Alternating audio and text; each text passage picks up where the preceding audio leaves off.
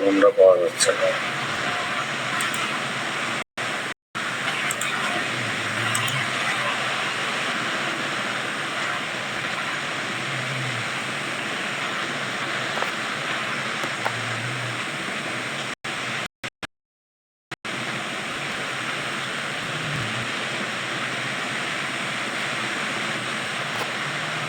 কলম না পাওয়া গেলে আমরা শুরু করি ইনশাআল্লাহ। জি sir.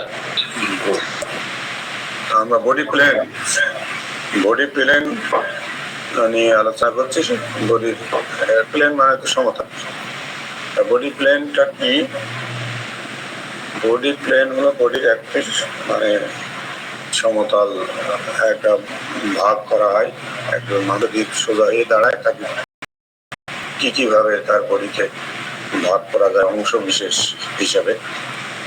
A plane is an imaginary two-dimensional surface that passes through the body. তার মানে বডির এই প্লেনটা হলো একটি কাল্পনিক দ্বিমাত্রিক পৃষ্ঠ। টু ডাইমেনশনাল মানে দ্বিমাত্রিক পৃষ্ঠ, যা শরীরের মধ্য দিয়ে যায়, সেইটাকে আমরা বলি বডি প্লেন। আমাদের বডিটা ত্রিমাত্রিক আর এই প্লেনটা হলো দ্বিমাত্রিক। থ্রি ডাইমেনশনালকে আমরা টু ডাইমেনশনাল দিয়ে ভাগ করব। এখানে তিনটি আমাদের মোস্ট কমন আছে। একটা হলো সেগিটাল প্লেন, ফ্রন্টাল করোনাল প্লেন, এটা হলো সামনের দিকে। ট্রান্সভার্স হরাইজন্টাল প্লেন, এটা আড়াআড়ি বা আনুভূমিকভাবে কাটা, সেটাকে আমরা বলি কাল্পনিক আর কি। ট্রান্সভার্স বা হরাইজন্টাল প্লেন, এটা হলো ট্রান্সভার্স মানে আনুভূমিক, ভূমির সাথে হরাইজন্টাল। আমরা যদি মাঝার থেকে কেটে দেই তাহলে দুটো অংশে ভাগ হয়, সেই প্লেনটাকে বলা হয়েছে ওই অংশটাকে।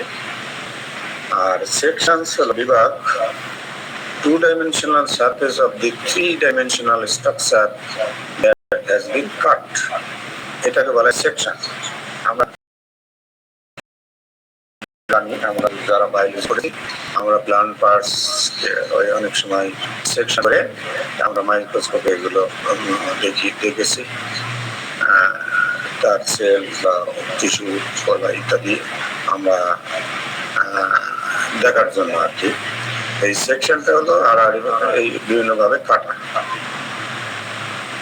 নেমড, এগুলো named according to the plane অনুসারে তাদেরকে নাম দেওয়া হয়েছে। আর এই সেগিটাল প্লেন কাটটা গিভস এ সেগিটাল সেকশন। এখন আমরা আসি, এই যে সেগিটাল প্লেনটাকে যদি আমরা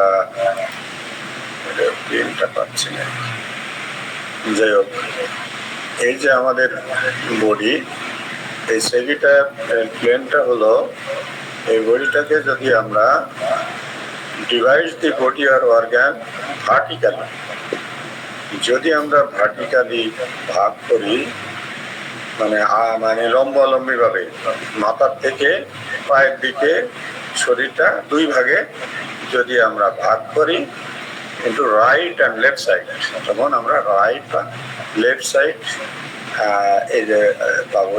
এই যে ভাগটা, এই যে দেখেন, এটা একটু কালার, এটা বেশি, এটা লাইট কালার। এই যে ভাগ মাঝখান দিয়ে করা হয়েছে সেইটাকে বলছি আমরা সেগিটাল plane. If it runs directly down the middle of the body, যদি বডির মাঝখান দিয়ে যায়, and gives equal left and right parts, ডান এবং বাম অংশে বিভক্ত করে, it is called the mid sagittal or median plane. তাহলে আমরা দেখেন কতগুলো টার্ম পাচ্ছি। এইগুলো টার্ম হলো সেগিটাল প্লেনটা কি, এবং এরা হলো সেগিটাল প্লেন। যদি আমরা মাঝামাঝি যাই, মিডল দিয়ে যাই, তাহলে আমরা মিড প্লেন বলি, মিডিয়ান প্লেন বলি।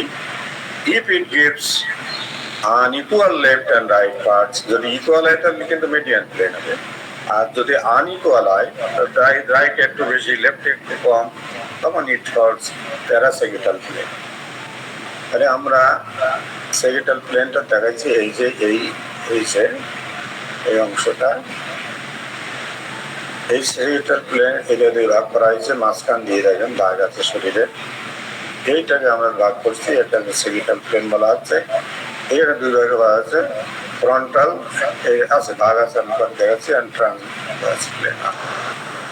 তাহলে ফ্রন্টাল প্লেনটা এই একই জায়গায় দেখেন আপনি, divide the body or organ into an anterior, মানে anterior মানে ফ্রন্ট সামনের দিকে, আর পোরশন এন্ড পোস্টেরিয়র মানে রেয়ার পিছনের দিকে।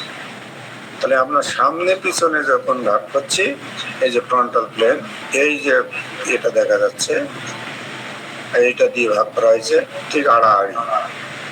আমরা আগে সামনে পিছনে ভাগ করছি, এখন সাইডে এই আগে হলো মাঝখান দিয়ে ভাগ করছি লেফট অ্যান্ড রাইট, এখন এখানে আমরা সামনে এবং পিছনে এই বডির মাঝখান দিয়ে যদি করাত চালিয়ে দেন আপনি, তাহলে শরীরটাকে দুটো ভাগে ভাগ করবে। সেটাকে আমরা সামনের অংশটাকে বলছি ফ্রন্টাল, আর পিছনের অংশটাকে বলছি রেয়ার বা পোস্টেরিয়র। এন্টেরিয়র মানে front, frontal front side, frontal or coronal, and posterior or rear portion. The frontal plane is often referred to as coronal plane. Corona in Latin or a word যার অর্থ হলো crown. এখন আসি আমরা transverse or horizontal plane. Transverse plane দেখেন আমরা মাজা দিয়ে এখানে একটা দিয়ে দেখেন কাছে দিয়ে ভাগ করা, এটা transverse plane. The transverse plane is the plane that divides the body or organ horizontally into upper and lower portion, উপরের অংশ এবং নিচের অংশ মাঝখান দিয়ে আমরা ভাগ করে দিলাম, এটাকে বলা হয় transverse or horizontal plane.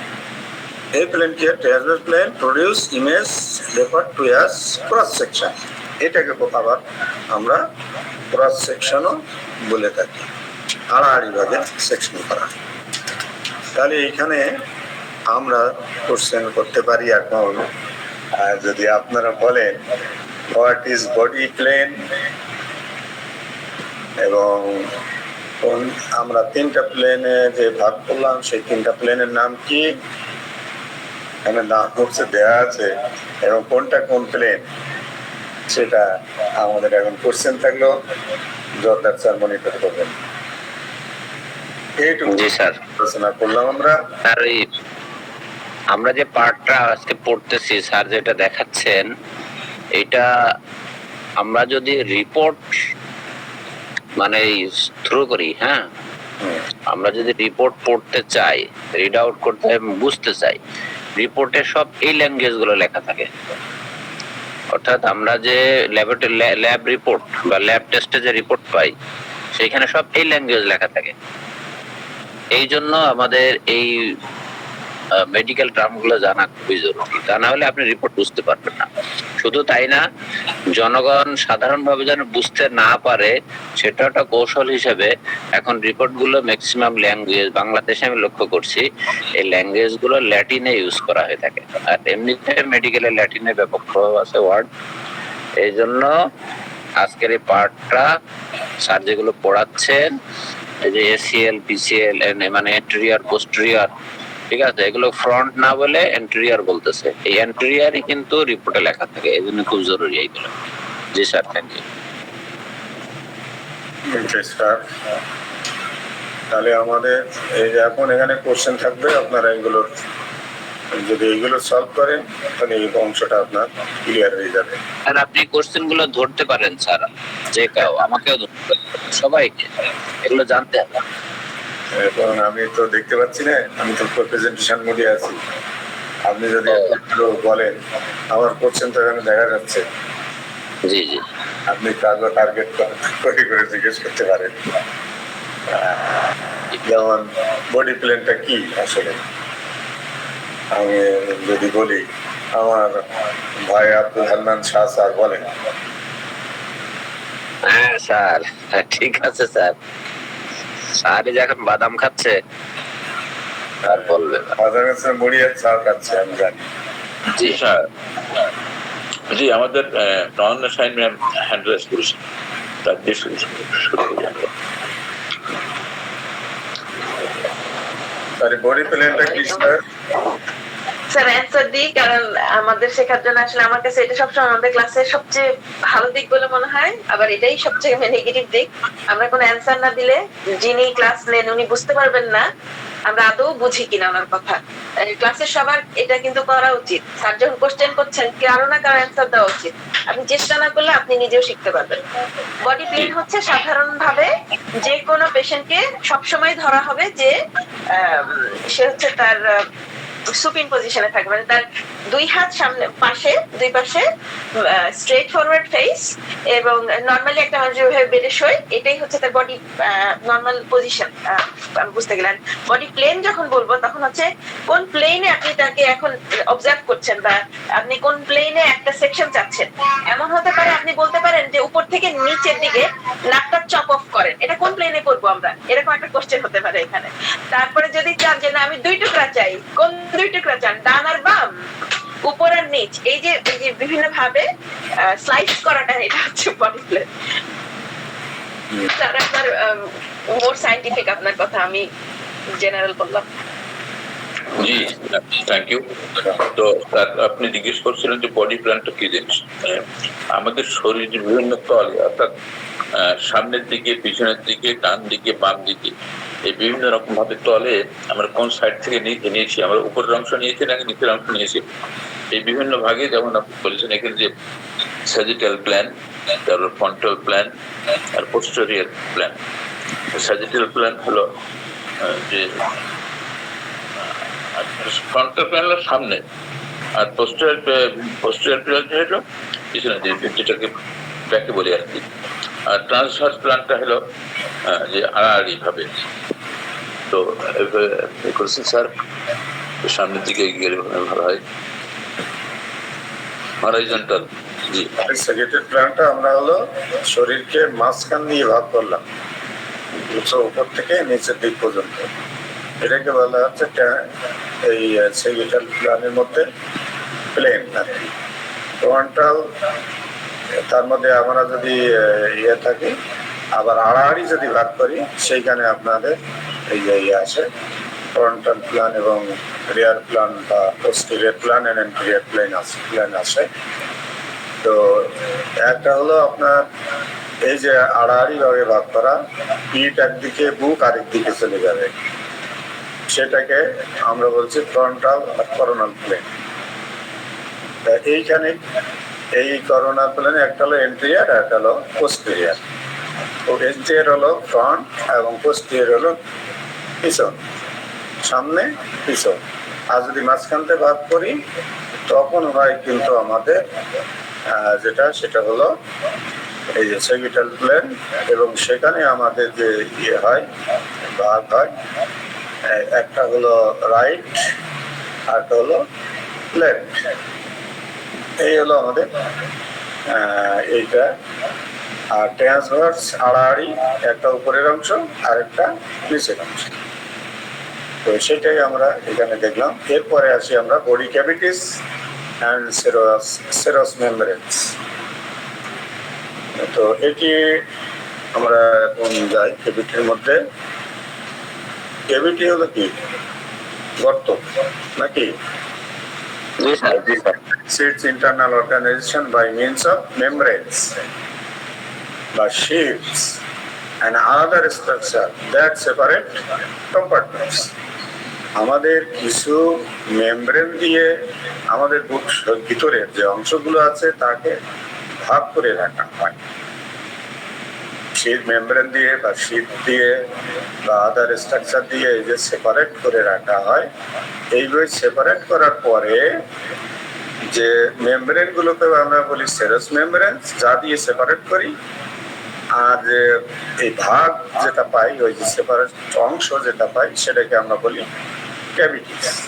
Cavities content and protect delicate internal organs. আমাদের যে ইন্টারনাল অর্গানগুলো আছে সেইগুলো এই ক্যাভিটি দ্বারা আমরা সুরক্ষিত রাখি। ক্যাভিটির আশেপাশে সেরাস মেমব্রেন আছে, মেমব্রেন গুলো আমাদের বাইরের প্রেশার থেকে ওই অঙ্গগুলোকে, যেমন আমাদের হার্ট, আমাদের লাংস, আমাদের কিডনি ইত্যাদি বিভিন্ন যে অঙ্গগুলো আছে তাদেরকে চাপ চোখ থেকে আমরা এইগুলো রক্ষা করে। তো এইখানে দেখেন আপনার ক্যাভিটি কতগুলো আছে। আপনারা যদি বাইরের অংশে যান দেখবেন এই যে হলো ক্রানিয়াল ক্যাভিটি, মাথার খুলিটা যার মধ্যে আছে। এগুলো হলো আপনার ডরসাল বডি ক্যাভিটি বলে, ডরসাল পিছনের দিকে ডরসাল। আর হচ্ছে ভার্টিব্রাল ক্যাভিটি। ভার্টিব্রাল যে ক্যাভিটি এর মধ্য দিয়ে আমাদের কিন্তু এই যে সেন্ট্রাল নার্ভাস সিস্টেম, এই নার্ভাস সিস্টেম যেটা হয়, মেন যেটা নার্ভাস সিস্টেম, সেটা কিন্তু এই ক্যাভিটি দিয়ে যায়। তাহলে ক্রানিয়াল ক্যাভিটি আর আরেকটা হলো মস্তিষ্ক। ক্যারেনিয়াল ক্যাভিটির কাজ কি? আমাদের মস্তিষ্কটাকে ধরে রাখে, এই যে মস্তিষ্ক যেটা ব্রেন সেটা। আর যেটা হলো আমাদের আরেকটা আছে যে কি বলে, এই যে ভার্টিব্রাল ক্যাভিটি, এটা আমাদের এই যে নার্ভ যেটা আছে, মেন নার্ভ যেটা, সেটা কি বলে যেন গেছি, সেই নার্ভটাকে স্পাইনাল কর্ডটাকে, স্পাইনাল যে কর্ড সেটাকে এটা ধরে রাখে। তাহলে এখানে দেখেন থোরাসিক ক্যাভিটি আছে। থোরাসিকের এবারে আছে সুপিরিয়র আর মিডিয়ান, এই পাশে মিডিয়ান, তারপরে পেরিকার্ডিয়াল মাঝখানে, তারপরে উইদিন দি মিডিয়াম, আর ডায়াফ্রাম আছে এখানে, ডায়াফ্রাম। আর abdominal cavity, pelvic cavity. Abdominal এই যে অংশ আমাদের পরিপাক তন্ত্র থাকে, পেলভিক ক্যাভিটিতে অন্য জনরঙ্গ বা মূত্র ইত্যাদি থাকে। এই যে ক্যারিনিয়াল ক্যাভিটি, আচ্ছা এখানে আছে এই যে নার্ভ থেকে চলে এসে যে ভার্টিব্রাল ক্যাভিটি, এই যে ঘাড়ের অংশে যেটা আছে ভার্টিব্রাল ক্যাভিটি। ভেন্ট্রাল এতে আছে cavity, both thoracic and abdo-pelvic cavities। এই অ্যাবডোমিনো পেলভিক ক্যাভিটি, এই অ্যাবডোমিনাল আর পেলভিক দুটো মিলে বলা হয় অ্যাবডোমিনো পেলভিক ক্যাভিটি। এখানে দুটো ক্যাভিটি আছে, একটা হলো অ্যাবডোমিনাল ক্যাভিটি, একটা হচ্ছে পেলভিক ক্যাভিটি। আর এই থোরাসিক আমাদের বুকের মধ্যে যে ক্যাভিটি গুলো আছে সেটাকে আমরা থোরাসিক ক্যাভিটি। একটা হলো সুপিরিয়র উপরের অংশ, আরেকটা হলো প্লিউরাল ক্যাভিটি। প্লিউরাল ক্যাভিটি এই যে দুই পাশে দুটো আছে, আর মাঝখানে হলো একটা আছে, সেটা হলো পেরিকার্ডিয়াল ক্যাভিটি। এই ক্যাভিটি গুলো আমাদের শরীরে আছে। এটা হলো ল্যাটারাল ভিউ, পার্শ্ব দিক দিয়ে দেখানো হয়েছে এক পাশ, আর এটা এন্ট্রিয়ার ভিউ, সামনের দিক থেকে দেখানো হয়েছে। তো আমরা পরের স্লাইডে যাই এগুলোর আবার। এখন আমাদের dorsal cavity protects parts of nervous system। এই যে ডরসাল ক্যাভিটি কিন্তু দেখেন cranial cavity and vertebral cavity, এটা হলো ব্রেন, আরেকটা হলো আমাদের এই যে কি বলে এটা মনে হয় স্পাইনাল কর্ড যে ক্যাভিটি, সেই দুটো ক্যাভিটিকে আমাদের ডরসাল ক্যাভিটি দেই। এই যে ক্রানিয়াল ক্যাভিটি যেটা, সেটা হোল্ডস দি ব্রেন, ব্রেনটাকে ধরে রাখে। Vertebral cavity hold spinal cord, spinal কর্ডটা প্রোটেকশন দিয়ে রাখে। ও চারিপাশে কিন্তু হাড় এবং বোন কার্টিলেজের যে ডিস্কগুলো আছে এ দিয়ে আমাদের ওটা, আমাদের কোনো সময় ডিস্ক প্রলাপস হলে যদি ভিতরের একদিকে সরে যায় তাহলে অন্য অংশটা যে ওই কিন্তু আমাদের স্পাইনাল কর্ডের উপরে চাপ দেয়, যার জন্য কিন্তু আমাদের ব্যথা অনুভূত হয় এবং এই ব্যথাটা নিচের দিকে প্রবাহিত হয় পা দিয়ে বা অন্য দিক দিয়ে। এই অসহ্য ব্যথা আপনি অনুভব করবেন। এটা সাধারণত এই ডিস্ক ঠিক না করা পর্যন্ত আমরা ঠিক করতে পারি না। সুতরাং এই যে ডিস্কগুলো সম্পর্কে আমরা পরবর্তীতে আলোচনা, এটা তো আমাদের ইন্ট্রোডাক্টরি ক্লাস। আচ্ছা, সফট অর্গান হলো ভিসেরা, যেটা সফট অর্গানগুলো আমাদের ধারণ করে ভেন্ট্রাল ক্যাভিটি, এবং এটাকে ঘোষ দিয়ে সফট অর্গান বা ভিসেরা বলা হয়। Two sub cavities separated by the diaphragm. Diaphragm দিয়ে আমরা দুটো সাব ক্যাভিটিতে ভাগ করি, একটা হলো থোরাসিক ক্যাভিটি আর একটা হলো অ্যাবডোমিনোপেলভিক ক্যাভিটি। থোরাসিক ক্যাভিটিটা হলো এই যে আমাদের বুকের অংশে, আমরা আগে বলেছি কতগুলো ভাগে এটা ভাগ করা হয়েছে, এই থোরাসিক ক্যাভিটি। আর এই অ্যাবডোমিনোপেলভিক ক্যাভিটিতে অ্যাবডোমিনিয়ানের যে অ্যাবডোমিনিয়াল ক্যাভিটি আছে এবং পেলভিক ক্যাভিটি, এই দুটো ক্যাভিটি ভাগ করা আছে। এখানে ভাবছি আমরা অ্যাবডোমিনোপেলভিক ক্যাভিটি। এখন আসি আমরা থোরাসিক ক্যাভিটির মধ্যে। thoracic cavity enclosed by the rib cage। এই ক্যাভিটি গুলো যে রিব আছে আমাদের বুকের যে চিকন চিকন বুকের হাড়, পাঁজরের যে হাড় আছে, সেই হাড়গুলো ঘিরে রাখে। এটার দিক থেকে আমাদের মেরুদণ্ড আছে এবং ওখান থেকে আমাদের হাড়গুলো উঠে এসে সামনে পর্যন্ত আসছে। এই থোরাসিক ক্যাভিটি কি আমাদের বুকের যে হাড়গুলো, রিবগুলো, সেই দিয়ে আমাদের প্রোটেকশন দেয়। Heart is located within the pericardial cavity within the mediastinum।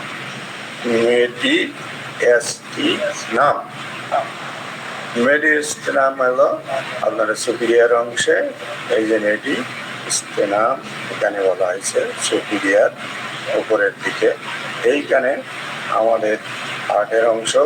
Lungs are closed within the pleural cavity. Pleural cavity হলো এই যে প্লিউরাল ক্যাভিটি, দুই পাশে দুটো আছে, এটা দুই পাশে আমাদের দুইটা লাংকে এরা প্রোটেক্ট করে। Other organs are located in the superior mediastinum। superior mediastinum মধ্যে আর অন্যান্য অর্গানগুলো আছে। এখন আমরা যদি পরে যাই, অ্যাবডোমিনোপেলভিক ক্যাভিটি, আমরা থোরাসিক ওইটা বললাম, এখন অ্যাবডোমিনোপেলভিক কি আছে? Largest cavity in the body. এই অ্যাবডোমিনোপেলভিক ক্যাভিটিতে অ্যাবডোমিনাল ক্যাভিটি আছে এবং পেলভিক ক্যাভিটি আছে। এই দুটো। স্যার আমি একটু ইন্টারাপ্ট করবো স্যার? হ্যাঁ হ্যাঁ ভাই বলেন। আসলে ক্যাভিটি জিনিসটা এই যারা জানেন তাদের জন্য না, কিন্তু এই কথাগুলো যারা একেবারে ফার্স্ট ইয়ারের তাদের জন্য মনে করেন। সেটা হচ্ছে ক্যাভিটি মানে একটা গর্ত, খাপের খাপ বলে না, খাপের ভিতর রাখা। আমাদের অর্গান গুলো দেখেন, আপনি উসাইন বোল্ট 100 কিলোমিটার জোরে দৌড়াচ্ছে, তাই না? তবু তার অঙ্গ প্রত্যঙ্গ কিন্তু যেখানে যায় সেখানেই রয়ে গেছে। তারপরে আমরা লাভ দেই, অমক করি, কাজ করি, কেউ 100 কেজি 150 কেজি বোঝা বহন, মোটরসাইকেল মাথায় নিয়ে উপরে উঠে যায়, ঠিক আছে, কিন্তু শরীর কিন্তু লোড নাই। শরীর অঙ্গ প্রত্যঙ্গ গুলো এমন খাপের খাপ আল্লাহ তাআলা দিয়েছেন, রেখে দিয়েছেন, সেইগুলো যে যে জায়গায় রাখছেন সেটাকে বলা হয় ক্যাভিটি, সেই গর্ত। ওখানে যদি ওইভাবে না রাখা হয় তাহলে ডিসপ্লেস হয়ে যাবে, সমস্যা হবে। যেমন এই যে ডায়াফ্রাম মানে পেট আর বুকের মধ্যে পার্থক্যকারী একটা পর্দা। এই ডায়াফ্রামটা না থাকলে এই যে দেখেন উপরে যে লাং, হার্ট বা ইত্যাদি, এগুলো নিচে নেমে যাওয়ার সম্ভাবনা ছিল। জি জি স্যার যেটা দেখাচ্ছে এই যে, অর্থাৎ যে যে খাপে বা গর্তে থাকার কথা, দ্যাট ইজ ক্যাভিটি। এটা ফান্ডামেন্টাল বিষয়। এখন এই ক্যাভিটি গুলো যে যে জায়গায় থাকে তাকে সেই ক্যাভিটি বলা হয়। অ্যাবডোমেন মানে পেট, তাহলে পেটের ভিতরে পেটের ক্যাভিটি। যেখানে ব্লাডার থাকে সেটা ব্লাডারের ক্যাভিটি, এই যে স্যার নিচে যে সবুজ যে ব্লাডার, ঠিক আছে। তারপরে এটা আর একটা নাম বলা হয়েছে ওই যে পেলভিক মানে বাচ্চা ধারণ করার যে জায়গা বা ইত্যাদি। দেখেন এখানে এই ক্যাভিটিটা যদি সেইভাবে সাজানো না থাকতো, আল্লাহ তাআলা না দিতেন, তাহলে দেখেন বাচ্চাটা কিন্তু নিচের দিকে বেরিয়েছিল, বিয়ারিং ডাউন হয়ে যেত। আমাদের এই ক্যাভিটিটা জানা হচ্ছে কোন অঙ্গ কোন জায়গাটায় থাকার দরকার, বা খাপের খাপ কোন জায়গায় মিলে যাবে। ব্রেন যে জায়গায় যেভাবে থাকা দরকার, যে কালকে পড়া হচ্ছিল আমাদের বিলকিস ম্যাডাম বললেন যে কনকাশন, ওই ব্রেন যে ক্যাভিটির ভিতরে থাকে, ক্যাভিটির হলো ওখানে 6-7টা পর্দা আছে, 7টা পর্দা আছে যতটুকু জানি। ওগুলো যদি একটা এদিকে ডিসপ্লেস হয়, হ্যাঁ, ওই যে কনকাশনে ওইটা আঘাতপ্রাপ্ত হতে পারে, ওইটা কমাতে পারে। তারপরে মানুষ যখন বয়স বেশি হয়ে যায়, ব্রেনটা আস্তে আস্তে কিন্তু অ্যাট্রফি হয়ে যায়, ছোট হয়ে যায়, তো তখন ওই ক্যাভিটি গুলো সেইগুলো সংরক্ষণ করে। আমরা যখন জোরে দৌড়াচ্ছি, মাথা নিচে পড়ছে, বলে হেড দিচ্ছি, খেলছি, খেলাধুলা, ওই ক্যাভিটি গুলোর ভিতরে সংরক্ষিত আছে বলেই কিন্তু ঠিক মতো থাকতেছে। তাহলে ক্যাভিটি হচ্ছে এমন একটা গর্ত বা স্থান যেখানে প্রত্যেকটা অঙ্গ প্রত্যঙ্গ সুন্দরভাবে সাজানো থাকে। মূল বিষয়টা এটা কিনা? জি আব্দুল মান্নান। সুরক্ষিত থাকে অন্য অন্য অঙ্গ দিয়ে, সুরক্ষিত থাকে। জি স্যার, জি স্যার। মেমব্রেন বা ওই হাড় ইত্যাদি কন্ট্রোল দিয়ে এগুলো সুরক্ষিত থাকে। জি স্যার। আচ্ছা, এখন আমরা অ্যাবডোমিনাল ক্যাভিটিতে কি আছে? স্টোমাক আছে, লিভার আছে, এই যে এই ক্যাভিটিটা যে বলেন কি বলেন ঠিক ধরতে পারিনি।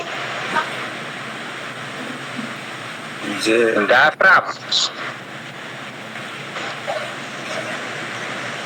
জি ম্যাডাম বলেন।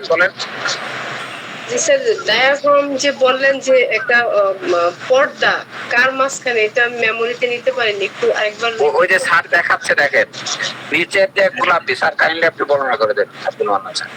এই যে ডায়াফ্রামটা হলো যে উপরের অংশ, আমাদের হার্ট, লাংস, এই যে যে অংশগুলো আছে সেইগুলো থেকে আমাদের যে অ্যাবডোমিনাল নিচের অংশ, অ্যাবডোমিনাল যে অংশটা এবং পেলভিক অংশটা, এটাকে ভাগ করে রাখতে হলো এই ডায়াফ্রাম দিয়ে। আমরা যখন এই যে যদি বেশি খেয়ে ফেলি বা পেটে আমাদের যদি চাপ পড়ে, তাহলে সেই প্রেশারটা মিনিমাইজ করে আমাদের হার্ট বা লাংসের উপরে এটাকে করতে দেয় না।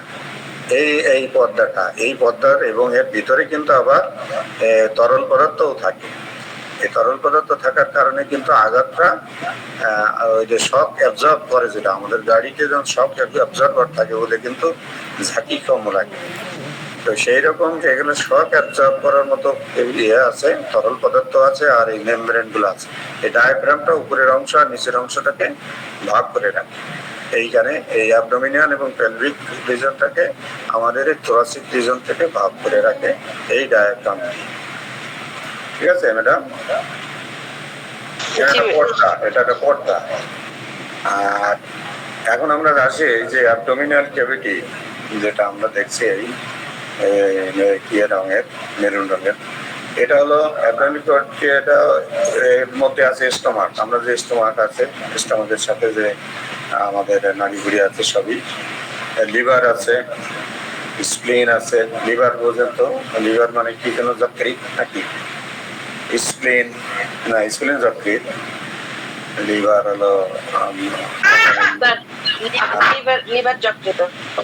লিভার, যকৃৎ, স্প্লিন, প্লিহা। হ্যাঁ, যকৃৎ, প্লিহা ইত্যাদি। এবং ইন্টেস্টাইনস, স্মল ইন্টেস্টাইন, লার্জ ইন্টেস্টাইন, সেগুলো এই অ্যাবডোমিনাল ক্যাভিটি থাকে। এর সাথে প্যানক্রিয়াস থাকে। প্যানক্রিয়াস মানে কি স্যার? প্যানক্রিয়াস মানে অগ্নাশয়।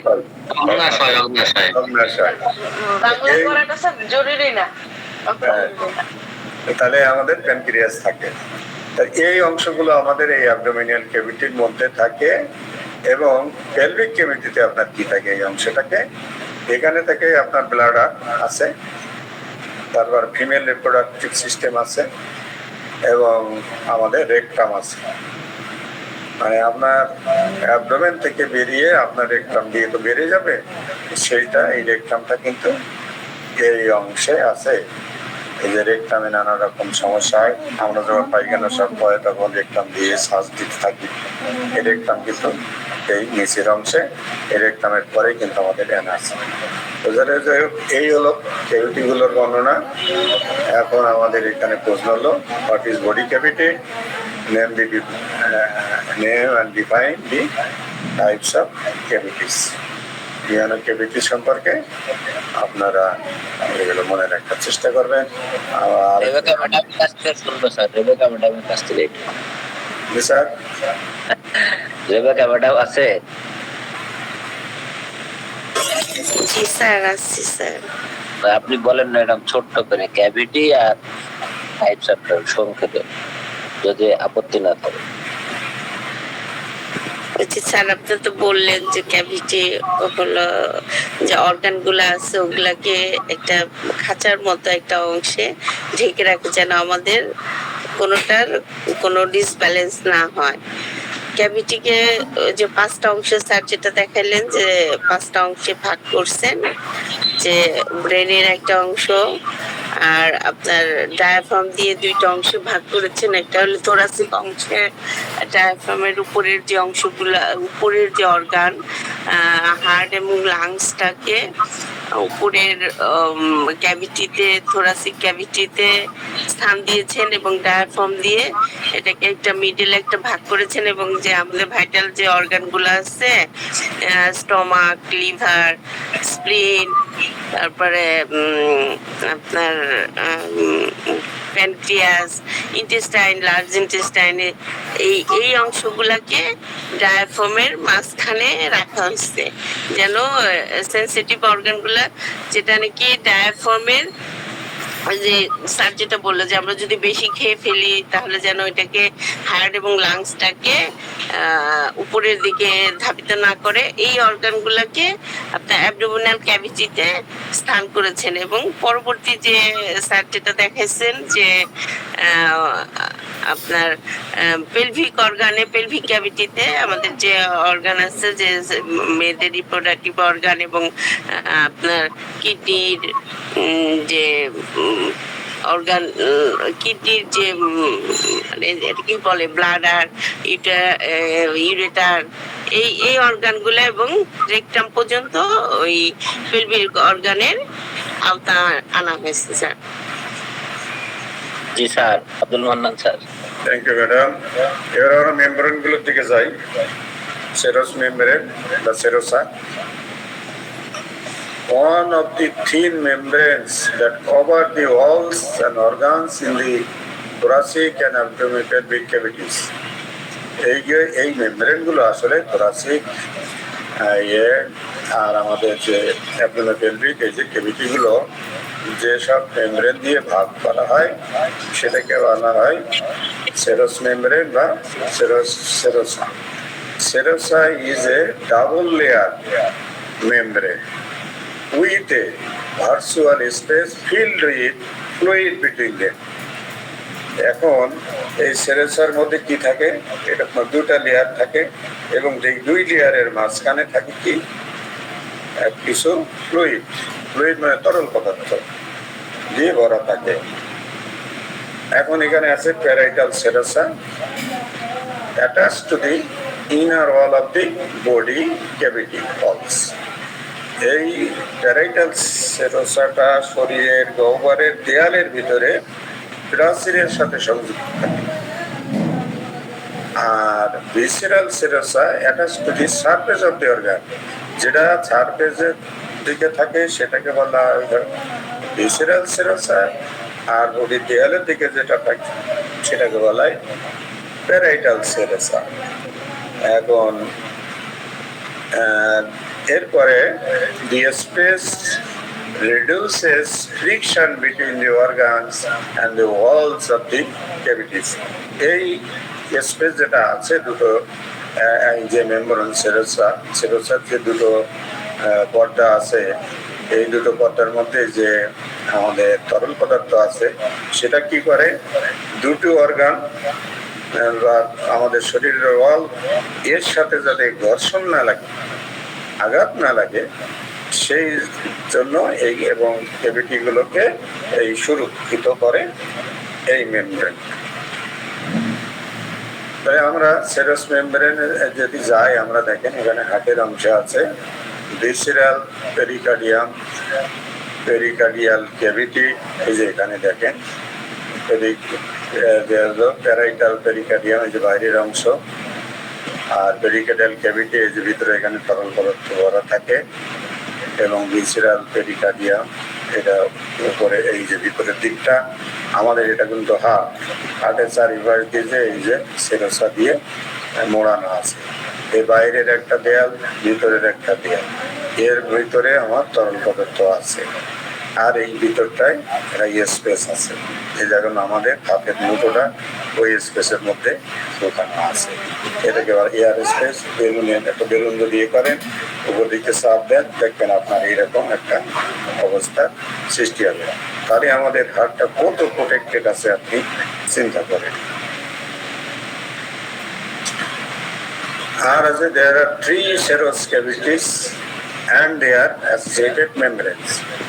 যেমন আমাদের আছে 3টা আমাদের সেরাস গহ্বর আছে, যারা আমাদের বিভিন্ন মেমব্রেন দিয়ে আটকানো থাকে।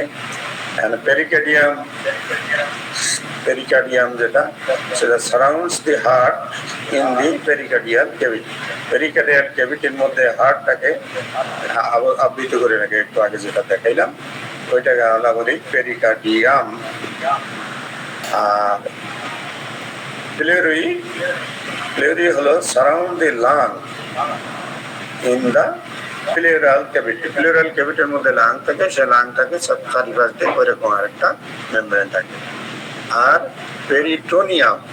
Peritoneum surround several organs in the abdominal ও পেলভিক ক্যাভিটি। এই অ্যাবডোমিনাল পেলভিক ক্যাভিটির অনেকগুলো যে অর্গান আছে, এই পেরিটোনিয়াম যেটা সেটা কিন্তু আমাদের এইগুলোকে ঘিরে রাখে।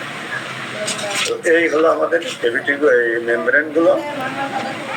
এখন আমরা যাই এখানে, what is serous membrane, name the types of it, parts they covers, কোন অংশ তারা ঢেকে রাখে। Actually exerts as a serous membrane including the fluids between the layer।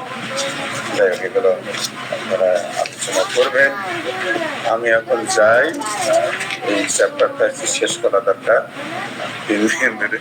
আমরা অ্যাবডোমিনাল রিজন অ্যান্ড কোয়াড্রেন্টস এই অংশে চলে যাই। আমরা এখানে there are 9 abdominal regions and 4 abdominal quadrants। এটা আমাদের খুবই দরকার হয়, লেখাটা কোন অঞ্চলে কোন জায়গায়। ইন দি পেরিটোনিয়াল ক্যাভিটি, এই পেরিটোনিয়াল যে ক্যাভিটি, এই পেরিটোনিয়াল ক্যাভিটির মধ্যে আমাদের যে অংশগুলো আছে, সেই অংশগুলোকে ভাগ করা হয়েছে। প্রথমে 4টা কোয়ার্টারে ভাগ করা হয়েছে, তাকে আমরা বলি কোয়াড্রান্টস। কোয়ার্টার মানে 4 ভাগে ভাগ করা, চতুর্থাংশ, 1/4 হিসাবে সেটাকে আমরা কোয়াড্রান্টস বলি। এইখানে আমাদের দেখেন এই মাঝখান দিয়ে একটা ভাগ করে আবার আড়াআড়ি ভাগ করা হয়েছে, যে আপনার ডান পাশের অংশটা, এটাকে কোয়াড্রান্টস। এখানে দেখেন লেফট আপার কোয়াড্রান্টস, রাইট আপার কোয়াড্রান্টস।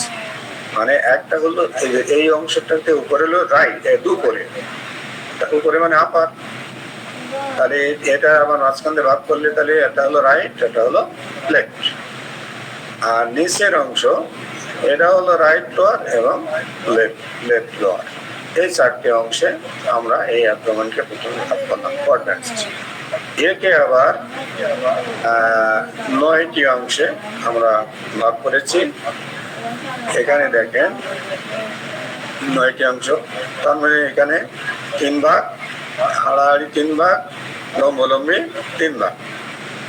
তাহলে এখন দেখেন এইগুলো হলো এপিগ্যাস্ট্রিক রিজন। এইখানে গ্যাস্ট্রিক এর আমাদের যে অংশটা সেটাকে রাইট হাইপোকার্ডিয়াক রিজন, এর হলে লেফট হাইপোকার্ডিয়াক রিজন। এরপরে আছে আমবিলিকাল রিজন, নাভির পাশাপাশি যে অংশ, right lumbar reason, left lumbar reason. এটা কিন্তু পিছনে আমাদের যে লাম্বার হাড় আছে তার সামনের অংশ। এরপর আছে হাইপোগ্যাস্ট্রিয়াক রিজন, হাইপোনের নিচে, এই হাইপোগ্যাস্ট্রিকের নিচে এই আর রাইট ইলিয়াক রিজন, ইলিয়াম এবং সিকাম আছে না আমাদের, এই রাইট ইলিয়াক লেফট ইলিয়াক এই দুজনে এখানে অ্যাবডোমেন থেকে আমরা এই 9টি ভাগে ভাগ করেছি। এখন আসি আমরা কোয়াড্র্যান্টস। আমরা বলেছি left upper quadrants, right upper quadrants, right left quadrant ইত্যাদি এই ভাগে আমরা ভাগ করেছি। এখন দেখেন abdominal region, right pelvic region, gastric region, এগুলো লিস্ট দেওয়া হয়েছে এখানে।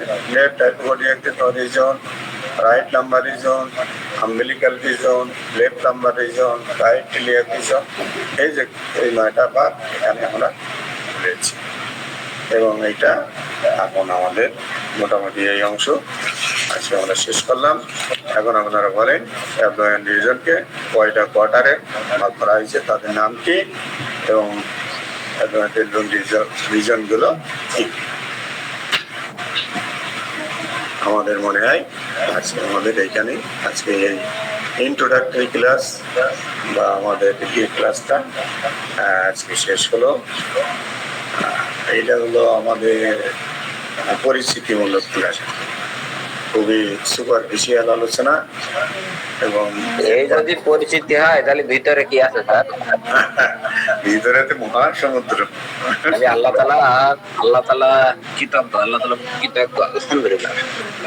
এখন আপনার ছেলের মধ্যে ঢুকলে তো 2-3 দিন লাগবে বেরোতে। যাক স্যার এই যে 9টা রিজিয়ন দেখালো পেটের অ্যাবডোমিনাল, এই 9টা রিজিয়ন যদি না জানি তাহলে আমরা রুব্রিক বের করতে পারবো না। এখানে রুব্রিক গুলো একেবারে জাস্ট এইভাবেই আছে। আপনার মনে করেন abdominal pain epigastric region, abdomen pain umbilical region, hernia umbilical region, তারপরে হচ্ছে রাইট ইলিয়াকে আমাদের খুব বড় একটা প্রবলেম প্রায় পাওয়া যায় রোগীদের ক্ষেত্রে। কাইন্ডলি কে বলতে পারবেন what is right iliac region কমপ্লেন্টটা? জি sir, appendicitis. Appendicitis, good, very good. তাহলে আপনার রোগী আসলে অ্যাপেন্ডিক্স যে পেইন নিয়ে, তাহলে আপনি কোথায় খুঁজবেন? Right iliac reason. তারপরে রোগীর মনে করেন যে হার্নিয়া হয়েছে, কোথায় হার্নিয়া হয়েছে? তার নাভিতে, নাভি ফুলে যাচ্ছে, মোটা হয়ে যাচ্ছে, আমব্লিকাল রিজন। তার আমব্লিকাল রিজন যদি আমরা না চিনতে পারি, তারপরে লেফট লাম্বার নিয়ে আমাদের এত টেনশন। লাম্বার কি? কোমর নিয়ে, কোমর এই দেখেন এখানে দেয়া আছে right lumbar reason, left lumbar reason, lumber চিনে গেলাম। এই 9টা মুখস্থ থাকাই লাগবে এবং আগামী দিন এটা ধরা হবে। যে পারবে না তাকে রিমুভ করা হবে।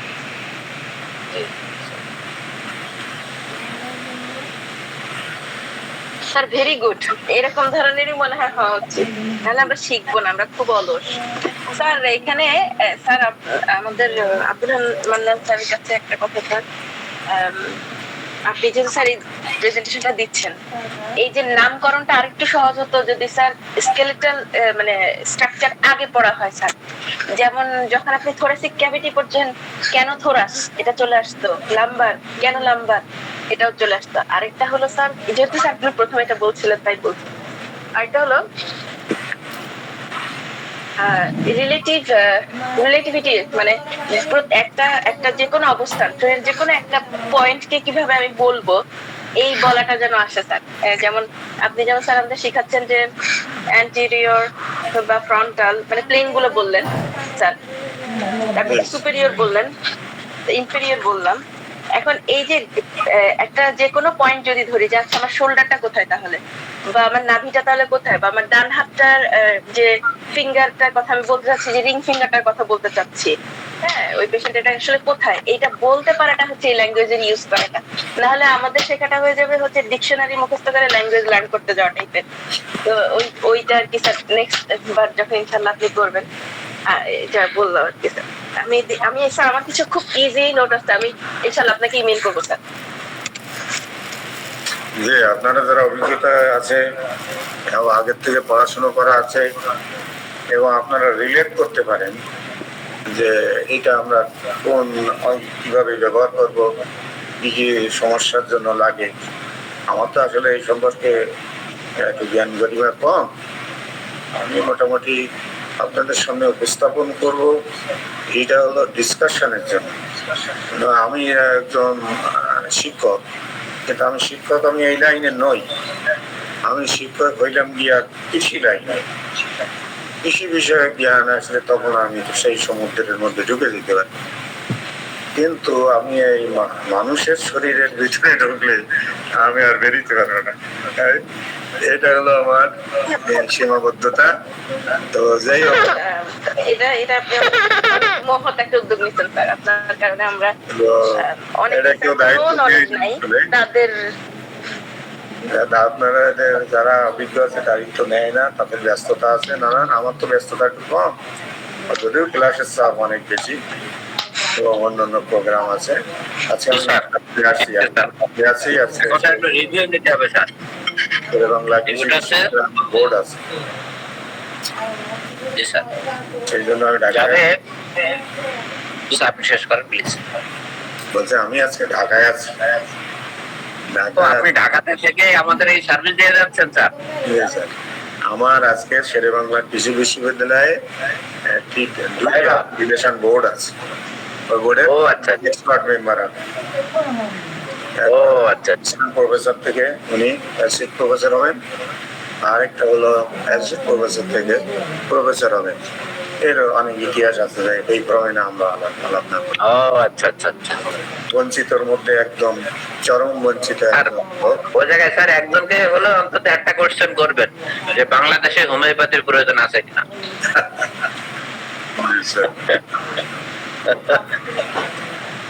ওনার প্রফেসরশিপ পাওয়ানো হয়েছে এখান থেকে 7-8 বছর আগে। ও বঞ্চিত একটি ফেসবুক পোস্টের কারণে দেশে ঢুকতে দেওয়া হয়নি। উনি তখন অ্যাসিস্ট্যান্ট প্রফেসর অবস্থায় বিদেশে ডিগ্রি করতেছেন। ওনার প্রশ্ন করবো কি? বুঝলাম স্যার। একটি ফেসবুক পোস্টের কারণে, শুধুমাত্র একটি পোস্ট। যাই হোক, এগুলো নিয়ে আমরা। আব্দুল মান্নান স্যার। জি স্যার। স্যার উপরে স্লাইডটা যদি একটু দেখা দেন 58 নাম্বারটা, তো পিকচার নিতাম তো।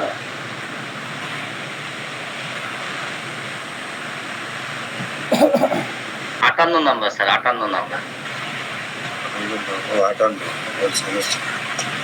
58 জি স্যার, এটা কোয়াড্রেন্ট 4 ভাগে ভাগ করা হয়েছে সেটা। জি স্যার, ধন্যবাদ স্যার। একদম জেনুইন আর্টস ব্যাকগ্রাউন্ড, কাইন্ডলি কেউ একটা হাত তুলবেন। জেনুইন আর্টস ব্যাকগ্রাউন্ড, আর্টস এর। আমি স্যার, আমি আর্টস। আরে আপনি ইঞ্জিনিয়ারিং করছেন, এখন আর্টস দিয়ে করবেন। ইঞ্জিনিয়ার আর্টস হয় কি করে? সেটা ইদ্রিস স্যার, আমাদের মৌলানা ইদ্রিস স্যার। হ্যালো, মৌলানা ইদ্রিস স্যার। জি স্যার। আচ্ছা স্যার, আজকে যে ক্লাসটা নিল এটার মূল্যায়ন আপনি এবং আপনারাই সবচেয়ে ভালো করতে পারবেন। কাইন্ডলি বলেন স্যার। মোটামুটি স্যার বুঝতে গেছেন।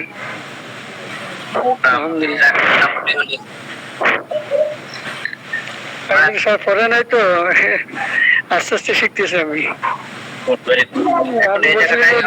20টা অঙ্কের নাম মুখস্থ করবেন, মোটামুটি 10-12টা মুখস্থ করে ফেলছে আলহামদুলিল্লাহ। আলহামদুলিল্লাহ sir.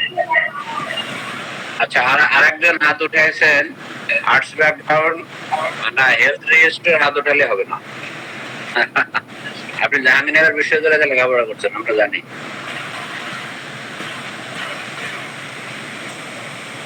Sir arts, genuine arts না, প্লেন আর্টস। Plain arts. যাই হোক, আপনি ভালো প্র্যাকটিস করেন, আপনারা মূল্যায়ন করতে পারবেন যে এই ক্লাসগুলো স্যার যে অ্যাঙ্গেলে নিচ্ছেন ওই অ্যাঙ্গেল ঠিক আছে, স্লো যেতে হবে, জোরে যেতে হবে, নাকি ঘটনাটা কি বলেন প্লিজ। না স্যার, যথেষ্ট স্লো আছে, আমাদের ব্রেন আরো স্লো হয়ে গেছে। তবে আশা করছি স্যার যেভাবে তরল করে আমাদের মাথার ভিতরে দেওয়া হচ্ছে, ইনশাল্লাহ কিছুটা বুঝতে পারবো। এত সহজ করে আসলে বোঝা যায় এটা কমই ছিল, জানা ছিল। তবে স্যারকে অসংখ্য ধন্যবাদ স্যার, যে আমাদের জন্য এত কষ্ট করে এভাবে জিনিসটাকে মানে ছবির মাধ্যমে বোঝাই দিচ্ছে, এটাই সবচেয়ে বড় সহজ হচ্ছে আমাদের। থিওরিক্যাল পড়াইলে পারে এগুলো আমাদের কখনোই মাথায় ঢুকতো না, কিন্তু এটা দৃশ্যমান করাতে স্যার আমাদের মাথায় ইনশাল্লাহ এখন অনেকটাই সহজে প্রবেশ করছে। Thank you. জি, বিড়ালের আম্মু বলেন, বিড়ালের মা। জি ম্যাডাম বলেন, তামান্না ম্যাম। জি, কিছু বললে বলেন। স্যার আমাদের কারো ক্ষমতা নাই যে আমরা স্যারের ক্লাসের মূল্যায়ন করবো। স্যার সরি, এটা বলিনি। স্যার আসলে শুরুতে একটা কথা বলছিলেন যে স্যার যদি ব্যাকগ্রাউন্ডের না, কারো যদি কোনো সাজেশন থাকে সেজন্য বলছি। স্যার প্লিজ মাইন্ড করবেন না, স্যারের ক্লাসে মূল্যায়নে কিছু নাই। কারণ আসলে এত এত পরিমাণ পড়াশোনার পর স্যার যে একটা নতুন পুরো কমপ্লিটলি নিউ একটা ফিল্ডে এসে পড়াশোনা করছেন, এটা আমাদের শেখার আছে। স্যার তো আসলে এই সময় তো স্যার কোনো দরকার নাই আসলে। Thank you madam. বিড়ালের মা বলেন। ওয়ালাইকুম আসসালাম। শোনা যাচ্ছে না, স্পিকারটা কাছে নেন।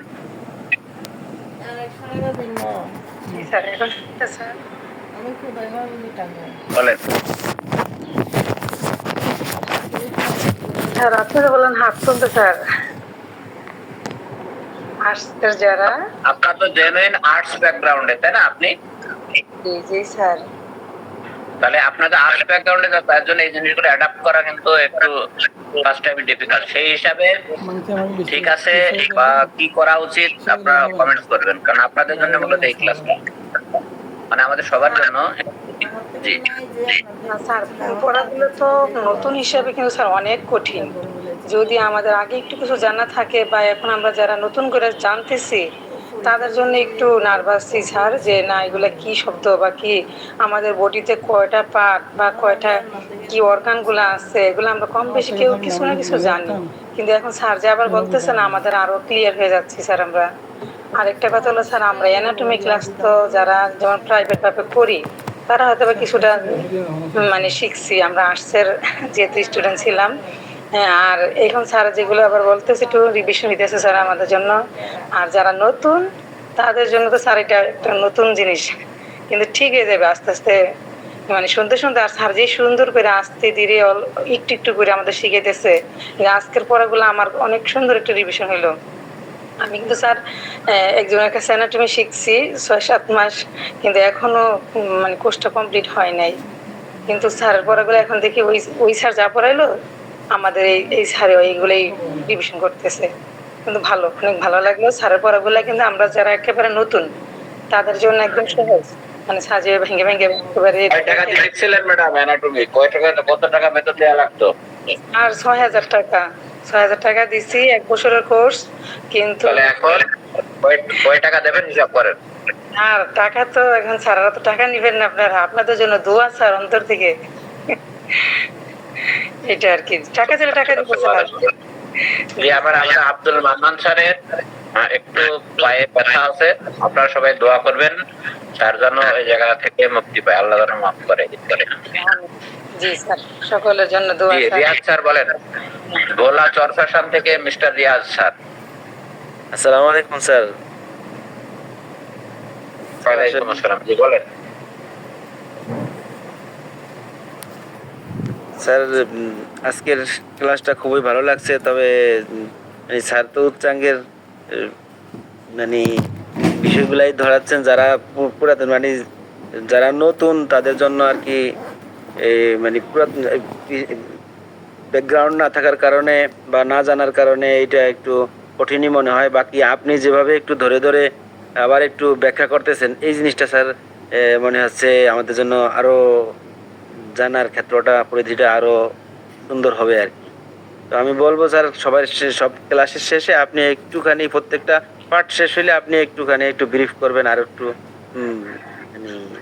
আব্দুল মান্নান স্যারের ক্লাসে আমি যে বাহাত ঢুকাচ্ছি, আমার কত বড় দুঃসাহস এবং বেয়াদব আমি চিন্তা করছেন আপনি। বারবার করা যাবে না। আব্দুল মান্নান স্যার আমাদের শ্রদ্ধেয়, আমি একদম অবশ্যই স্যার। হ্যাঁ স্যার, যে একটু পড়ার পরে একটু মানে আপনি সামারিটা বলে দিচ্ছেন। সারি করে দেবে, সামারিটা সারি করে দেবে। স্যার ঢাকায় আছে তো, আমার মনে হয় শুধু আজকের জন্য স্যার ল্যাপটপ নিয়ে গিয়েছেন ক্লাসের জন্য, তা না ল্যাপটপ নিতে প্রয়োজন ছিল না। একটা ল্যাপটপ 6-7 কেজি ওজন বের করা অনেক ঝামেলা। যাই হোক, তো রিয়াদ স্যার আপনাদের অবগতির জন্য বলতেছি, আপনারা এই যে আজকে যেটা পড়া হলো, আপনি কাইন্ডলি একটু নেটে সার্চ দেন, হ্যাঁ, ক্যাভিটি, হিউম্যান বডি ক্যাভিটি বা ইত্যাদি একটু সার্চ দেন। ওখানে আপনার পড়াও লাগবে না, আপনার ওখানে অডিও ভিডিও দেওয়া আছে। অডিও ভিডিওটা আপনি আধা ঘন্টা বা 15 মিনিটের একটা অডিও বা ভিডিও দেখে ফেলেন, একবারে ক্লিয়ার হয়ে যাবে বিষয়টা। স্যার যারা ইংরেজি দুর্বল তাদের জন্য কি বাংলায় কোনো ব্যবস্থা? বাংলায় আছে, বাংলাতেও আছে, অনলাইনে আপনি বাংলায় সার্চ দেবেন, ইংলিশ দুইটাই আছে। ওকে, অ্যানাটমি বাংলা শিখে আপনি জাস্ট নিজের পরিশ্রম বাড়াবেন sir. It's just West of time. Anatomy বলতে ওখানে বর্ণনাটা মানে ডেসক্রিপশনটা বাংলায় আছে। বাংলায় স্যার এই টার্মগুলো তো বাংলায় আপনি কোনো জায়গায় পাবেন না। আপনি রিপোর্ট দেখতে যান, সেখানে বাংলায় পাবেন না। আপনি যদি রেপার্টারাইজেশনে যান, সেখানেও তো বাংলা খুব একটা পাবেন না। তো এই স্যার এটা তো ডাবল শেখা হবে, আপনার ডাবল শেখা মানে এটা কোনো দরকারই নাই, কারণ কোথাও পাবেন না স্যার যেমন বললেন। আরেকটা যেটা হচ্ছে এটা ইউজটা কি, আপনি শিখলেন বডি সম্পর্কে, কোনো ইউজ নাই। কারণ রিপোর্টেও কেউ বাংলা লিখে দিবে না, 1 নাম্বার। 2 নাম্বার হচ্ছে রোগীর মানে কি বলবো, আপনি রেপার্টারাইজেশনও করতে পারবেন না, প্লাস অন্য কোনো ডাক্তারের সাথে আপনি কমিউনিকেটও করতে পারবেন না সহজে। আপনি যে কোনো ফিল্ডের, যে কোনো হেলথ ফিল্ডের লোকের সাথে কথা বলতে গেলে আপনার অ্যানাটমি ইংলিশই লাগবে। এইটুকুন ইংলিশ তো শিখতেই হবে। এটা ভয় আর কিছু না। ডেসক্রিপশনটা বাংলায় কি বলি স্যার, আমাদের আমরা দাবি করি আমরা ডাক্তার, তাই না? আমরা দাবি করি, আমরা কেন ডাক্তার লিখতে পারবো না? আমরা এদের আন্দোলন করতে চাই। আমাদের ডাক্তার হওয়ার জন্য তো মিনিমাম যোগ্যতা থাকতে হবে। একজন ডাক্তার কি সে হোমিওপ্যাথি বা যারা বিএইচএমএস করে তাদের সাথে যদি কম্পেয়ার করে, আমরা যারা ডাক্তার হতে চাই ডিপ্লোমা করে, জীবনেও অনেকে ক্লাসও করে নাই, আর্টসের ব্যাকগ্রাউন্ড, আমরা ডাক্তার হতে চাই। ডাক্তার হতে চাইলে প্রথম যে নলেজটা দরকার সেটা হলো হিউম্যান বডি সম্পর্কে আপনার জ্ঞান থাকতে হবে। সেটা হলো অ্যানাটমি অ্যান্ড ফিজিওলজি। এই যদি না থাকে, আপনি পরবর্তী সাবজেক্টগুলো আপনার জন্য কোনোভাবেই সুখপাঠ্য হবে না, গ্রহণযোগ্য অবস্থায় আপনি যেতে পারবেন না। আমরা ম্যাটেরিয়া মেডিকা পড়তে পারি, এই ম্যাটেরিয়া মেডিকা নলেজ সিমটম মিলে টোটালিটি অফ সিমটম করে আমরা ডাক্তারি চালিয়ে দিতে পারি, অথবা রোগ দিকে এই যে আছে না ওই প্র্যাকটিস অফ মেডিসিনের রোগ থেকে রোগে কি কি ওষুধ আমরা মাঝে মাঝে আলাপ করি, এই রোগে এই ওষুধ, এই রোগে এই ওষুধ, এলোপ্যাথির মতো এইটা করা যাবে, প্যালিয়েশন দেওয়া যাবে। কিন্তু ভালো হতে গেলে অবশ্যই আপনাকে বিশ্বমানের জ্ঞান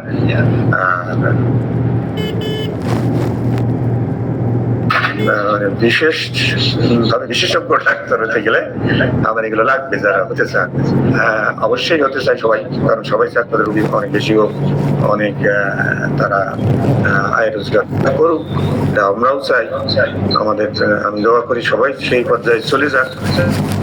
কিন্তু আসলে বেসিক নলেজ গুলো আপনাকে নিতে হলে একটু পরিশ্রম করতে হবে। যেহেতু আমরা আগে পড়ি নাই, আগে জানি নাই, তাহলে আমাকে কি করতে হবে, আমার এই ক্লাসগুলোর সাথে সাথে আমাকে নিজেকে পড়াশোনা করতে হবে।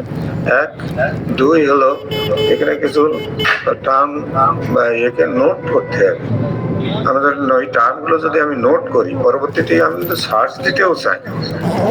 আপনি স্যার বললেন যে আপনি গুগলে সার্চ দিয়ে বা ইউটিউব থেকে আপনি ভিডিও দেখবেন, কিন্তু চাও সার্চ দিতে গেলে তো এই টার্মগুলো আপনার দরকার হবে। তো সেই টার্মগুলোকে আপনাকে তো নোট ডাউন করে রাখতে হবে যে আমি আজকে এই টার্মগুলো সার্চ দিয়ে আমি দেখতে চাই যে ওর মধ্যে আসলে কি আছে। ভিডিও বাংলা ইংলিশ সবই ভিডিও আছে। আমার এই ক্লাসের ফাঁকে ফাঁকে ভিডিও ছিল, আমি ভিডিওগুলো ডিলিট করে দিয়েছি, কারণ ভিডিও গেলে আমি আর ক্লাসে ঢুকতে পারবো না, এবং ভিডিওগুলো ইংলিশ ইয়েতে ছিল, সুতরাং ওইটা এখানে শোনানো মানে ওই ভাষা কেউ বুঝবে না, সেই জন্য আমি ভিডিওগুলো এখানে প্লে করি না। তো এইটাই হলো আমাদের আসলে পরিশ্রম করতে হবে। পরিশ্রম ছাড়া কোনো গতি নাই, যদি আমরা শিখতে চাই আর কি। আর না শিখতে চাইলে যেভাবে চলছি, আমার খুলনায় তো হাজারে ডাক্তার আছে, এবং ক্রিয়েটিভ ডাক্তার, কিউরেটিভ ডাক্তার আমি খুঁজে পাই নাই, যে জন্য আমি ঢাকায় দৌড়াদৌড়ি করি। যাই হোক, আপনারা ভালো থাকেন, দোয়া করে। জি স্যার, আলহামদুলিল্লাহ। স্যার, আপনি কি শেরে বাংলা গেস্ট হাউসে আছেন? আমি আমার ছেলের বাসায় আছি। ছেলে রাজশাহী ইউনিভার্সিটি সিসিসে ছিল না? রাজশাহীর যে বড় ছেলে, ছোটটা এখানে। ও আচ্ছা আচ্ছা আচ্ছা আচ্ছা। জি আলহামদুলিল্লাহ। ছোটটা ঢাকায় গেছে। ও ছোট ছেলেটার তো একবার মানে আমি একটা ওষুধ দিয়েছিলাম, কি জন্য জানো? ওর নাম মিনাজুর রহমান সাগর।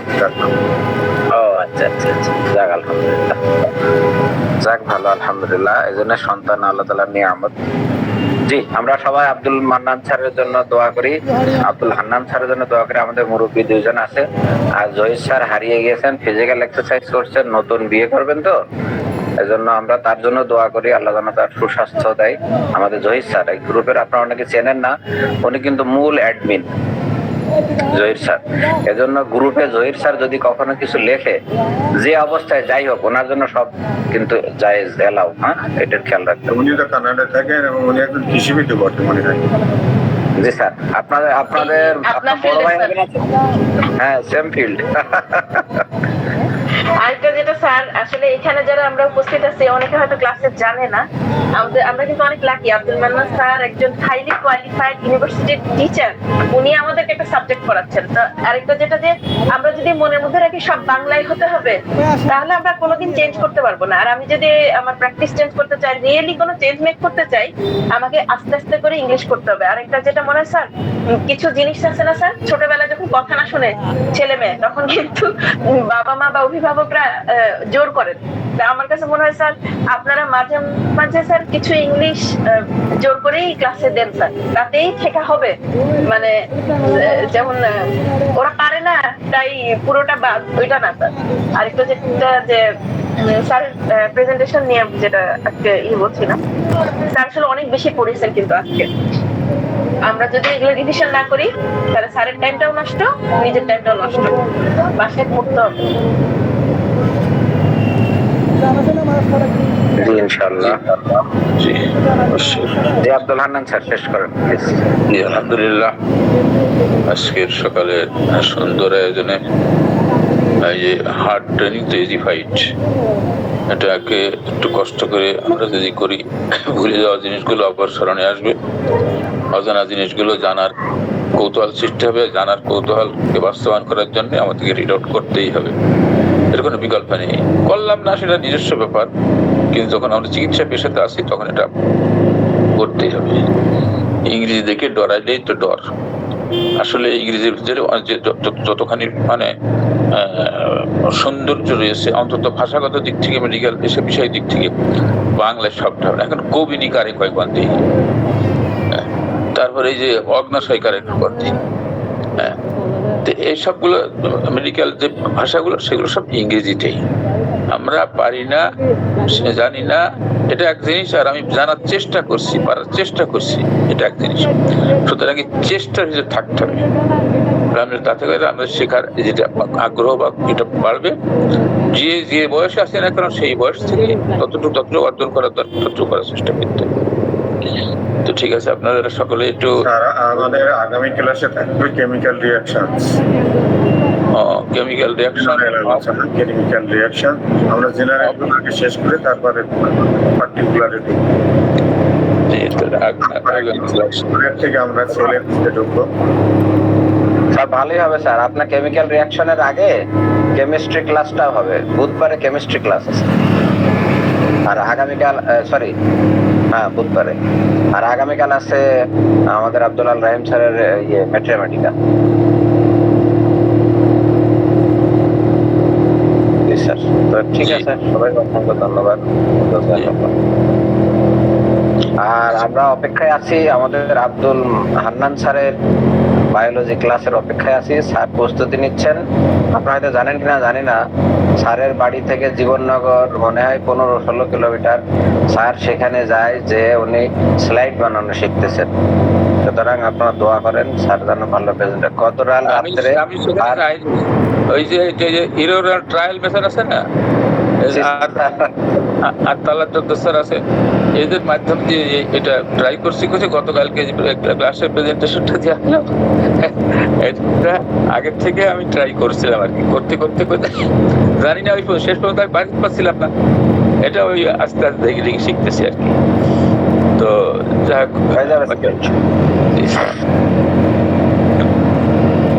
ঠিক আছে, জি। দায়িত্ব করছে ওরা বুড়োদের কাছে।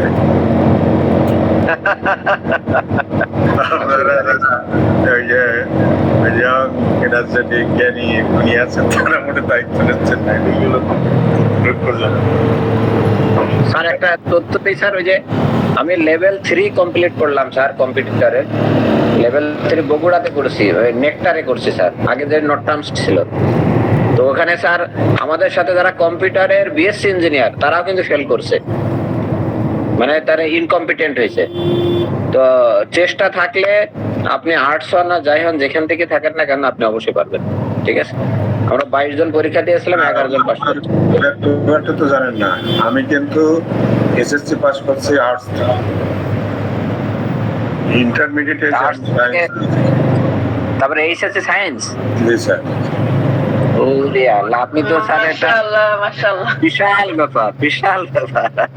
আমি যখন যে স্কুলে, আমার গ্রামে স্কুলে পড়ছি, ওইখানে সায়েন্স ছিল না সেই আমার। পরে দেখলাম সায়েন্স ছাড়া তো আসলে জীবনের গতি পরিবর্তন হবে না। পরে ইন্টারমিডিয়েটে সায়েন্স নিলাম, সায়েন্স নিলে তো কলেজের মধ্যে হুলস্থুল পড়ে গেল যে একটা যদি ফেল করে তো এটা করবে। সেই সায়েন্সে কিন্তু আমি ভালো স্কোর নিয়ে ইন্টারমিডিয়েট পাস করেছি। মানে আমাদের সময় ফার্স্ট ডিভিশন, সেকেন্ড ডিভিশন করছি। তারপরে কৃষি বিশ্ববিদ্যালয় একটা জায়গায় আমি পরীক্ষা দিয়েছি, কৃষি বিশ্ববিদ্যালয়, সেখানে আমি ইয়ে করেছি। মেডিকেল পড়ার ইচ্ছা ছিল, কিন্তু এবার মেডিকেলে কোনো পরীক্ষা নেই। তো এই হলো মোটামুটি ব্যাকগ্রাউন্ড। আমি যে আর্টসে পড়ে আসছি বললে সায়েন্স বুঝবো না, পারবো না তা নয়। You have to try your level best. জি স্যার, জি স্যার। সর্বোচ্চ লেভেলে চেষ্টা করতে হবে। ওই আমি ওই যখন লেভেল 3, আমার কনফিডেন্স লেভেল ইন্টারমিডিয়েটের পরে এত ছিল, আমি যেখানে পরীক্ষা দেবো আমি সেখানে চান্স পাবো। যেখানে পরীক্ষা দেবো, এক জায়গায় পরীক্ষা দিচ্ছি, এক জায়গায় আমার ইয়ে ছিল পাস করলেই চাকরি পাবো, কিছুটি করতে পারছি। তারপরে হয়ে গেলেন ডিপার্টমেন্টে ফার্স্ট ক্লাস ফার্স্ট। জি আলহামদুলিল্লাহ। সেই মাস্টার ওইখানে তো সবটাই আছে, নাহলে তো মাস্টার হওয়া যায় না। জি স্যার। আমার ওই এসএসসি লেভেলে থেকে ইচ্ছা ছিল মাস্টার হবে, সেটা স্কুলের হোক আর কলেজ। তো সেই জন্য আমার আর্টস থেকে সায়েন্সে স্থানান্তর করা। সায়েন্সের স্যারেদের তোর খুব দাম, ওরে দাম পড়তো, সায়েন্স লোক পড়তো না ভয়ে। এবং আমার স্কুলে যখন প্রথম সায়েন্সের টিচার একজন আসলো, তার ওরে বাবা কি তোরপাড়। বিএসসি নুরুল হক, বিএসসি নাকি স্যার? হ্যাঁ BSc, BSc teacher, BSc sir, BSc college থেকে বিএসসি পাস করেছি, বিএসসি স্যার। কি ভাব যে লক্ষণ স্যার মানে হাত উঠিয়েছেন, লক্ষণ স্যার কিছু বলবেন? হ্যালো, হাত উঠিয়েছেন আমাদের লক্ষণ কুমার বাইন। আচ্ছা যাই হোক, চেষ্টা করলে অবশ্যই বলেন। স্যার, আমি কালকে একটা মেসেজ করে পাঠিয়েছি রাত্রেবেলা, তা ওটা পেয়েছেন কি স্যার? ঠিক হলো কি জানি না। আপনাকে তো সম্ভবত গ্রুপে অ্যাড করা হয়েছে, ভালো করে দেখেন জানি। এখন আমি দেখিনি, কাল রাতে দেখেছিলাম, হয়নি স্যার। তাই না? তাহলে আপনি মেসেজ করেছেন আমাকে হোয়াটসঅ্যাপে? ওই একজনকে দিয়ে করি স্যার, আমি তো বুঝতে পারিনি। হোয়াটসঅ্যাপে করি স্যার। আচ্ছা, হোয়াটসঅ্যাপে হলে তাহলে তো আমি দেখি ঠিকঠাক করে নিতে, মানে মেসেঞ্জার হলে সহজ হতো এই আর কি। স্যার এটা বুঝতে হবে, স্যার বুঝে নিতে হবে স্যার। আজকাল হোমিওপ্যাথি শিখতে হলে এই মোবাইল ইউজ করা বুঝতে হবে স্যার। এটা খুব জরুরি স্যার। মোবাইলটা আমি ইউজ করতে জানি না, এইসব কাজের জন্য মানে নতুন করছি আর কি। আচ্ছা যাক, আলহামদুলিল্লাহ শিখে যাবেন ইনশাআল্লাহ, শিখে যাবেন ইনশাআল্লাহ। দেখেন স্যার গ্রুপে স্যার যেভাবে দেওয়ার চেষ্টা করুন স্যার। হ্যাঁ ইনশাআল্লাহ, আপনি যেভাবে হোক আপনার গ্রুপে আপনি জয়েন করবেন, আমরা করাবো, এটা আমাদের চ্যালেঞ্জ। হ্যাঁ না তবু না, এগুলো মেসেজগুলো পাচ্ছে না তো, ওই খবর দিচ্ছেন এগুলো গ্রুপে দিচ্ছেন। গ্রুপে যুক্ত না হলে তো পাবেন না, গ্রুপে আমি যুক্ত করে দেবো স্যার ইনশাআল্লাহ।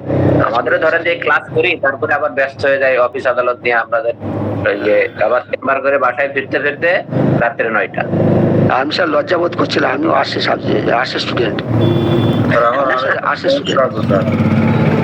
একটা পরামর্শ হলো, স্যার আমিও আসছে স্টুডেন্ট। সঙ্গতি আছে, তোমাকে একটা কম্পিউটার বা ল্যাপটপ যেন কেন, এখন 15,000 টাকা দিলেও ল্যাপটপ পাওয়া যায় এই সেকেন্ড হ্যান্ড। আমি একটা কিনেছি, চেম্বারে ব্যবহার করেছে 15,000 টাকা, 14,000 পর।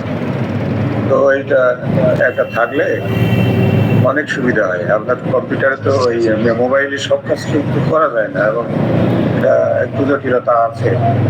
কিন্তু আপনি যদি ল্যাপটপে বা কম্পিউটারে করেন, তখন আপনার দেখতেও সুবিধা হয়, কাজগুলো করতেও সুবিধা হয়, সার্চ দিতেও সুবিধা হয়, মানে অনেক সুবিধা আছে। আপনি এটা টার্ম কেটে নিয়ে ওই সার্চ ইঞ্জিনে ফেলে দিলেন, ওখানে চলে আসে। তো এইভাবে আমরা করতে পারি। আর স্যার কম দামের হলেও স্যার ডিএতে চেম্বারে একটা ডেস্কটপ থাকা দরকার বা ল্যাপটপ, তা না হলে ডাক্তারে ভাব আসে না। আমার স্যার দুটোই আছে, ডেস্কটপ আছে, ল্যাপটপ আছে, মোবাইল তো আছেই, আবার এসিও আছে, সবই আছে, কিন্তু রোগী নেই। না স্যার, এখন তো স্যার অল্প টাকায়, আমি তো আমার ল্যাপটপটা এটা 50,000 টাকার ল্যাপটপ আমি 25,000 টাকা দিয়ে কিনছি।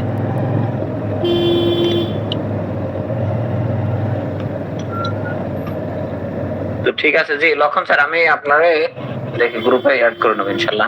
হ্যাঁ ঠিক আছে স্যার, আমি স্যার আসছে স্টুডেন্ট। আচ্ছা যাক আলহামদুলিল্লাহ, আর্টসে হলো আপনি থাকেন আমাদের সাথে ইনশাল্লাহ, এগিয়ে যাবেন। ঠিক আছে স্যার। আর আপনি তো বিশ্বনাথ স্যারের মাধ্যমে এসেছেন। বিশ্বনাথ স্যার আমাদের সর্বজন শ্রদ্ধেয় একজন ব্যক্তি, ওনাকে আমরা খুবই অনার করি, বন্ধুবর মানুষ। উনি স্যার আমাকে আপনার গ্রুপে অ্যাড করে দিয়েছেন, উনি করেছেন। উনি খুবই মাইল্ড নেচারের একজন মানুষ, ভালো মানুষ। বিশ্বনাথ স্যারই আমাকে অ্যাড করে দিয়েছেন এই আপনাদের গ্রুপে। জি জি ঠিক আছে।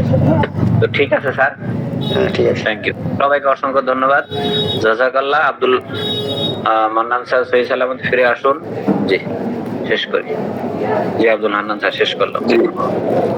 আসসালামু আলাইকুম রাহমাতুল্লাহ। আমরা আজকে স্টাডি গ্রুপের এখানে পরিশ্রম ঘটাচ্ছি, আমরা পরবর্তী কার্যক্রম যোগদান করবো। আসসালামু আলাইকুম।